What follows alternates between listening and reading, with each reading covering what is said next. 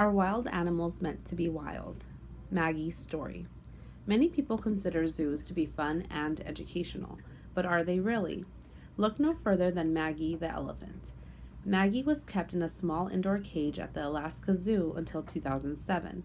Maggie spent her days indoors due to the cold, harsh Alaskan climate. Maggie began showing symptoms of depression and refused to exercise at all.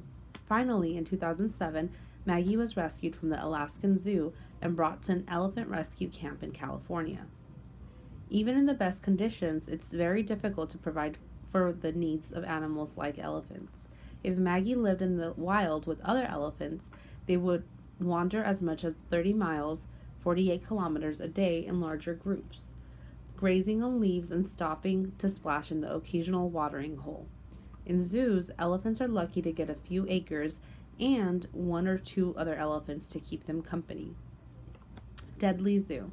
Maggie's story is just one of many. Zebras at the National Zoo in Washington, D.C. starved to death because they were lacking the food they needed. The same zoo's red pandas died after eating rat poison. Even though zoos in the United States are supposed to follow the laws and requirements of the Animal Welfare Act, some zoos still are not meeting standard, endangering the lives of animals. Animals need more. While conditions have improved from the years of bars and cages, there are still many problems with zoos. Although the natural looking habitats are certainly more attractive, people like David Hancock, a zoo expert and former zoo director, describe them as all looks, arguing that they're not much of an improvement in terms of space. Indeed, many captive animals exhibit signs of extreme suffering. People have seen elephants bobbing their heads, bears pacing back and forth, and wild cats constantly grooming themselves. Animals like zebras, giraffes, and gazelles were made to run across miles of open land, not live out their lives in a cage. Despite a zoo's best efforts, its animals often lack privacy, are kept in small spaces, and unable to engage in natural hunting and mating activities. Forced to live in man-made environments, many animals give in to what people refer to as zoochosis, the act of repeating the same behaviors over and over again.